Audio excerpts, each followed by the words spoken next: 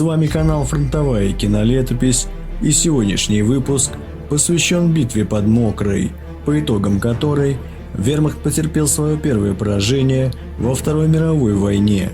1 сентября 1939 года в деревне Мокра Волынская бригада кавалерии под командованием полковника Юлиана Филипповича в течение всего дня сдерживала атаки 4-й танковой дивизии генерала Рейнхарда.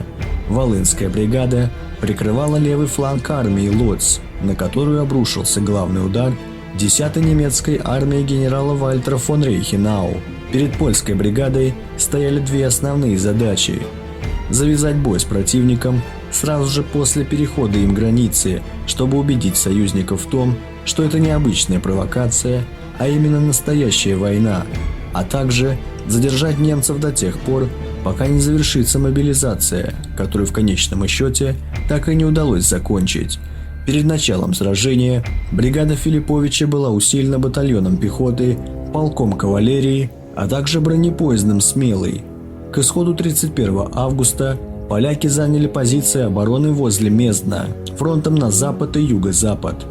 1 сентября 1939 года в 5 часов утра части 4-й танковой дивизии вермахта перешли германо-польскую границу и двинулись в общем направлении на Кшепице. В авангарде наступали 12-й стрелковый и 12-й пехотные полки из 31-й пехотной дивизии. Встретив лишь слабое сопротивление корпуса охраны пограничья и роты народной обороны Клобук, немцы быстро дошли до района Старокшепице, после чего продолжили свое движение на Кшепице. Оборону здесь держала 3-я рота поручика Людвига Павельского. После небольшой артподготовки 2-й батальон при поддержке 36 танков атаковал Кшепице и к 6:30 занял его. В то же время 3-я рота народной обороны отступила к Клобуцку, а части 4-й танковой дивизии, дойдя до развилки дорог, разделились на две колонны. Одна наступала на Завады, а другая – на Вилковецкое и Мокру. Быстро подавив сопротивление оборонительных заслонов, части 4-й танковой дивизии завязали бои с подразделениями Волынской бригады кавалерии. Первый штурм пришелся на позиции 12-й роты капитана Станислава Радаевича. По наступающим мотоциклистам и бронемашинам обрушился ураганный огонь из пулеметов и винтовок. Немцы поспешно отступили. В 10 часов Рейнхард ввел в бой 36-й танковый полк с целью скорейшего прорыва польских позиций. Однако в деревне Мокра полк наткнулся на замаскированную там засаду артиллерии и понес серьезные потери. В то же время захлебнулась атака немецкой пехоты, которая встретила сопротивление окопавшихся в лесу частей 19-го полка уланов и 4-го батальона 83-го пехотного полка. Около полудня немцы возобновили атаки силами 35-го пехотного полка. Они заняли Мокру, нанеся тяжелые потери 21-му полку уланов и вынудив их отступить. Однако, попав под огонь польской артиллерии, немцы снова были вынуждены отойти на исходные позиции, а при попытке занять Виадук за деревней были атакованы бронепоездом.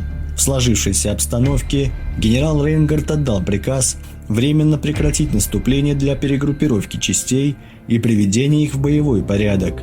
В это же время атака с севера 12-го немецкого полка была отбита контратакой дивизиона 19-го полка уланов, а поддерживающие пехоту танковые подразделения понесли тяжелые потери от огня бронепоезда «Смелый», подошедшего к тому времени к станции Мездна. В 3 часа дня 35-й и 36-й танковые полки снова пошли в атаку, но и в этот раз, понеся тяжелые потери, немцам не удалось выбить 12-й полк уланов с занимаемых ими позиций на железнодорожной насыпи, а контратака польских танкеток и бронемашин 21-го дивизиона и 2-го полка конных стрелков отбросила 36-й танковый полк обратно до деревни Мокра.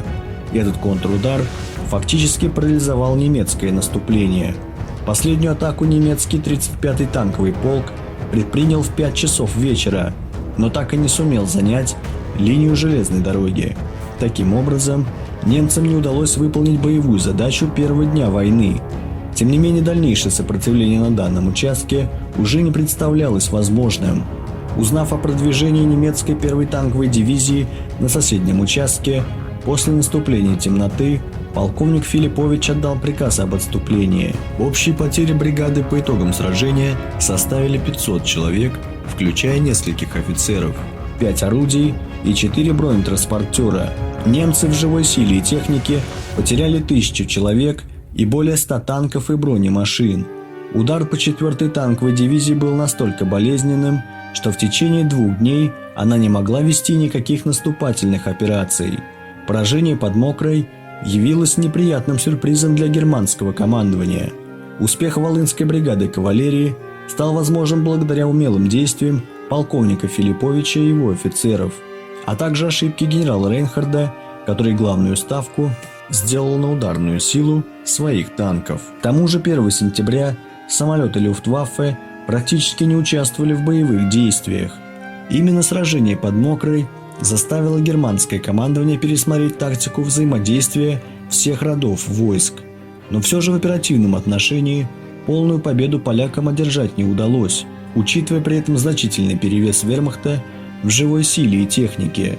4-я танковая дивизия в течение последующих дней восстановила свою наступательную мощь и совместно с 1-й танковой дивизией, действующей на правом фланге, успешно действовала в сражениях за Пертков-Трибунальский и Томашов-Мазовецкий.